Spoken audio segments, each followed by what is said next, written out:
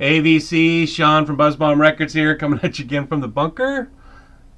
I thought I'd do a quick video submission here into the Vinyl Guru's latest contest. This one titled hashtag 5 albums. And if I recall, the kind of the gist behind this one was pick 5 albums or 5 of your favorite records that you'll want to show and maybe convince others to maybe pick up, maybe give a listen. Maybe it's something they haven't necessarily heard before, something you think is really cool, and again, maybe something different that that another listener might again hasn't necessarily picked up or maybe even heard about. So along those lines, what I thought I would do is I picked 5 of my and actually 3 of these came off my wall of fame upstairs. These are where I've framed kind of the top records that kind of had biggest influence on my life, and 3 of these came off the wall for that. So I'm going to show those. And again, it's from my kind of punk kind of genre era, let's call it. Early '80s is when I kind of got into this stuff, and so I picked 5 here again of my favorite records, and have stepped back. This you're not going to see a Black Flag on here. You're not going to see a Descendants or a Misfits or a Dead Kennedys or Husker Du or some of these other bands. That obviously the Minor Threat is another one. Those are huge influential bands to me. I don't want to make this sound like these are my top 5 because actually one of these might be in my top 5. But those other bands I just mentioned, those were big bands for me too. Again, the reason behind I picked these ones were that I haven't necessarily heard anybody talk about these before, and could be I'm watching the wrong freaking channels. I don't know. The only guy I've heard kind of dive into this stuff, and I hope he watches this because I want his comments, would be Vinyl Rich. Him and I'm gonna guess, are probably about the same age. I'm gonna guess we're in the scene about the same time. He's probably earlier than I was. I think he was living in Southern California during that time, which is right in the thick of it. I didn't get into the hardcore punk stuff until I got to college, which was fall of '84. And so I came in a little late for a lot of the stuff, but it was really only a couple of years in. And there was more stuff to come afterwards, obviously. It did kind of die, I guess, once you got past 85, 86, into 87. But again, this stuff. This is music to me that marks a huge spot in my life. And again, I'm rambling now. But so again, the 5 I picked are 5 of my favorite punk records, in really no particular order. If you're just looking for something else along that hardcore line, and maybe you've heard of a couple of these, maybe not necessarily these particular albums, but I'm sure you've heard of these bands. Again, these are some of my favorite bands. I would strongly kind of suggest you kind of give these a spin if you can, or again if you're looking for something different. And so again, I'll kind of stop rambling and dive in. The first one being, I'm going to start off with Scream. This is, a lot of folks know Scream or heard of Scream because of Dave Grohl's involvement in the band. This is well before Dave was around, or I shouldn't say he wasn't around. He was in the scene, I'm sure, back then. But this is the first record by Scream, the Stahl brothers, on Discord. Just again, friggin', you've heard me say this before. I love the production from Inner Ear Studios. Now Don Z did the production on the early Discord stuff, and I try to copy it to this day on my production. So I love the sound of this record. This, and you'll see pretty much everything else I'm going to show you. The entry track, or the just kicks freaking ass, and it just jumps right into it in your face. It doesn't stop. There's some really cool kind of time changes and stuff within here, and again, I just love the sound of this.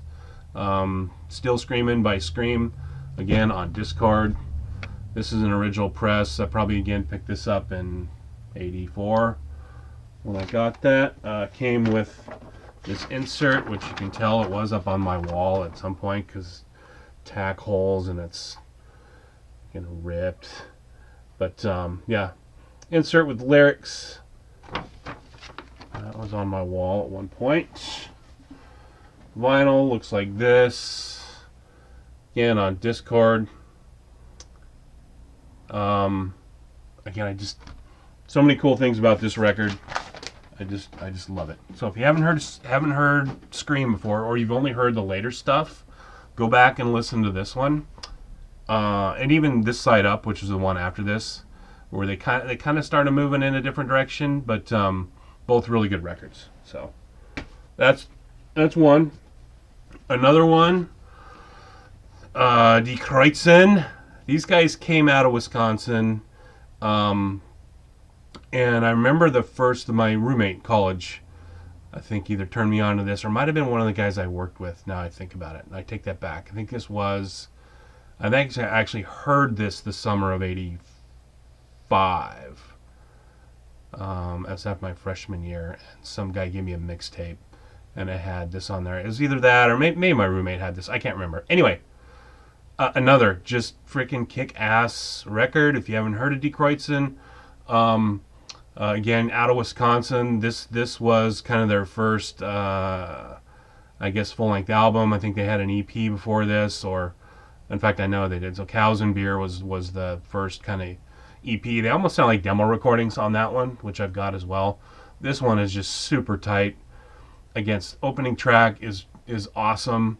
And the really other cool thing about this particular record is I never heard anything then, and I never heard anything since that sounds like this.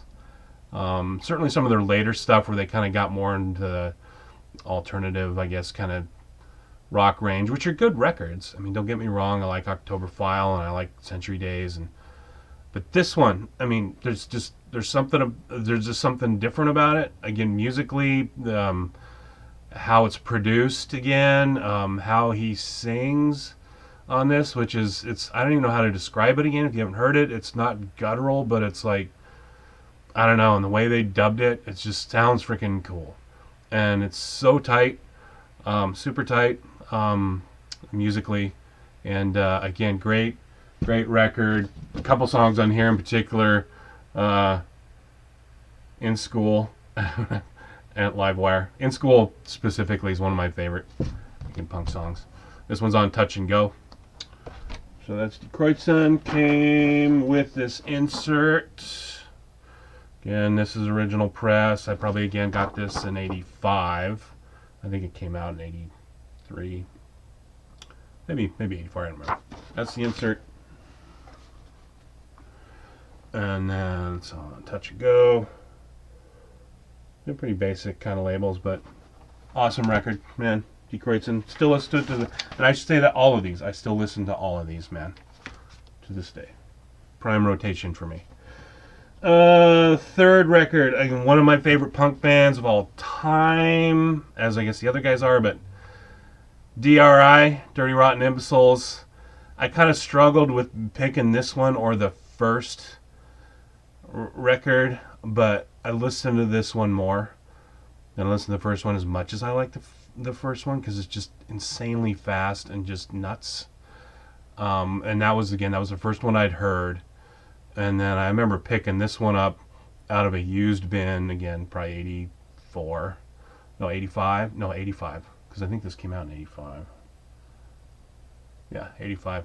Picked this one up out of a used bin just because I'd heard the first one. Again, the sound quality of this one is significantly better than Dirty Rotten, the album, or the EP, the first one. There's a couple songs on there that are on here as well, like I Don't Need Society's on here, Reaganomics. I think there's a couple others, Couch Slouch. There's a couple other ones on here that are on the first EP, but these versions are recorded much better, and it just sounds freaking awesome. And as I've said on the other ones, opening track, Snap, on this is freaking great. I love these guys. Again, I think these guys were out of Texas, if I recall right. Houston, maybe. But again, some of my favorite punk songs of all time. I Don't Need Society is the opening track on the second side, which again is freaking awesome. But DRI, Another quick thing about these guys, if you don't know, is they were one of the first kind of bands to do the crossover from punk. Here's the insert, from punk into metal. And so this record here is more along the punk side. This is their second record. I think it's one after this crossover, or maybe by the time they got to Thrash Zone, they're totally almost all metal, thrash metal. But this one's still pretty much just punk. There's the label, pretty basic stuff. There's a couple songs. Actually, there's two songs I think on here that were right when you kind of got the first glimpse where they were getting into the thrash stuff. Again, I love all that kind of music. You know, if you're into again, some of the early, not just your Metallicas, but early thrash metal stuff. There was a few bands out of the punk movement that started hardcore. The DRI being one, Suicidals was another one that really kind of turned metal. Corrosion of Conformity. I mean, bands like that. But DRI is one of those. And this record, that record dealing with it is freaking awesome. Oh, and I gotta say too, it's got one of my other favorite songs on there called Madman. Which if you go listen to that one, that particular song, you can hear. I think it's Kurt's dad, or one of the band's dad, famously is recorded just ripping into him while they're practicing, and it's funny. I remember when I first kind of got out of school and I'd moved out here, and always trying to turn people on to the punk music or my punk music. And I'd always play that song at parties. I'd always play, you gotta listen to this song, Madman, it's freaking awesome. So anyway, that's on that record. We're 11 minutes in. This might be one of my shortest ones ever, which is good, because I've been told my videos are too long. So this one, fourth record I'm going to choose. Again, another one of my favorite bands of all time, JFA, better known as Jodie Foster's Army. These guys are out of Phoenix. As with, I think, all of these, I have all their stuff. I toiled over between this one and the Untitled record. Both of them, I listen to them again all the time to this day still. But I chose Valley of the Yakes, which is this guy here, because it was their first album. I've got the Blatant Localism 7-inch as well. But there's a couple good tunes on there, but this one really, this was the one that started it all. And if you see by the cover photo there, one of the pioneers of the skate punk scene. Again, I think these guys were out of Phoenix, but again, right in my wheelhouse. I was a skate punk. That was kind of my thing, and so I gravitated towards these guys because of that. In fact, I think I heard these guys for the first time. If anybody on sees this remembers, back in the 80s, obviously before internet, obviously. But the only way you heard about music like this was either from friends, or just word of mouth, or fanzines was another thing. But you kind of had to, somebody had to clue you into it, or you would never know it was existed. That's kind of what happened to me. I never would have known any of this stuff was out there if I wouldn't have happened to go to school and get ruined with a guy who was into it. I wouldn't have heard this stuff. I would have kept on my metalhead ways, I'm sure, which is nothing wrong with that. I still love that music to this day, but I never heard this if it wasn't for my roommate in college. And so what I was going to say about these guys is I heard these guys on a Flip Side video, and if anybody remembers what those were, and it's another thing, you never saw skateboarding anywhere, but you could rent, at least at the time in my town or in where I went to school, is a skateboard shop. You could rent Flip Side videos, VHS tapes of skateboarding stuff, and on the soundtrack it'd be bands like this, freaking Big Boys. I mean, all the skate bands at the time. And so that's the first time I heard the JFA, and I just freaking dug it. What's cool about these guys is, aside from being an awesome punk band, they've got some just incredible instrumental tracks, not only on this one but also on the Untitled record, which are freaking cool.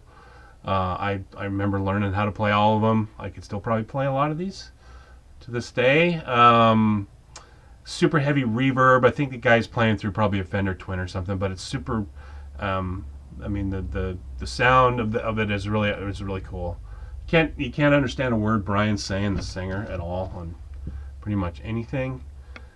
I mean, not the greatest singer in the world, but again, musically, this thing is freaking awesome. I love it. I'm rambling on that. Came with this insert here. Again, original press. Again, I probably got this in '84. Oh, interesting. So it had this probably is a second press because it's got, this is the Untitled record here. That's the only one I'm talking about, which came out right on the heels of this. So, but this was the original insert that was in there. So this must have been a second press, but again, early. And then this one here, in fact, I'm not even going to, well, I'll show you just because I had it out. This is, I think, from Nowhere Blossoms, but I stumbled across this one the other day, and I was like, man, I haven't looked at this so long, but Placebo Records, so you can see some of their decks, skateboards, which is pretty freaking cool. But then this is the rest of the stuff that was on Placebo. I won't sort through all this, but you know, this kind of stuff is cool. You know, anybody who is into collecting, you got to have the inserts, man. Right? This label. It's actually at 45 RPM, 12-inch. So that's JFA, and then last but not least, these guys. This was a record I heard, and again I don't know. This might have been a blind buy originally when I got it, or maybe somebody turned me onto it, but ended up being. I mean, this is top 10 for sure of my punk records, and there's a lot of argument about these guys too. Not I guess there's a lot of baggage between these guys and some of the other bands in the scenes, but I don't care. This record kicks freaking ass. It's Articles of Faith, Give Thanks, and again, I'm leaving it to last because if I could pick out all of these, you know, this one, I don't ever hear anybody talk about these guys for whatever reason. They're out of Chicago, and they came up in a time, again, early 80s. I think this one's 84. I think this one was, 84. But there was a documentary, actually, that I saw, or I watched a few weeks back on Amazon Prime, and it's called You Weren't There. And it's basically a documentary about the Chicago scene from back in the day. So it's got Vic Bondi from Articles of Faith, and the beef that I guess these guys had with the FEGs and some of the other bands, and everybody, kind of looked down at these guys because they were good. And I think Vic Bondi's probably not the best liked guy in the world. He's very opinionated, but again, I don't care. The frickin' music on this record is probably, I mean, it's hardcore because it's super fast, but the production level and how good these guys freaking are is amazing. This was actually produced by Bob Mould from Husker Du, so it's going to have an awesome guitar sound on it. And so if you're into that kind of speed metal, early thrash, you're going to love this. I like it just because I think it's kind of the best of both worlds. It was right kind of on that cusp of being a super hardcore record, but again, these guys can play. The songs are super fast. The other thing I'll say about this, though, too, the other reason I like it so much as being a good guitar player myself, is that these guys, the guys play off each other, and meaning that a lot of two guitar bands, they're playing similar riffs, and I'm not trying to pigeonhole somebody like AC/DC or Judas Priest, but it's a super, those bands, it's just a super thick wall of sound, and they do play off each other, but they also play a lot of the same kind of riffs at the same time, so you get some hard pan left and right, and it's just super thick sound. Can't talk today. This record here, these guys are playing completely different parts, and the way they kind of meld together and in the songs, I mean, I don't know, I can't explain it. It's something you just got to go listen to. But again, Articles of Faith, Give Thanks, Opening track, Give Thanks. Again, just smacks you right in the face from the second it starts. And it's just an onslaught from then on. And every freaking song on here is awesome. So Articles of Faith. Give Thanks. Go listen to it, man. And this is the label, again produced by Bob Mould, Husker Du fame, so you know it's going to have a great sound. And that's my 5. Oh, I'm just over 20 minutes too. I thought I might get sub 20 on this one. Anyway, there's my 5 records for the Guru. Don't know if anybody's gonna see this, but if you do, make a comment, and I'll see you guys next time.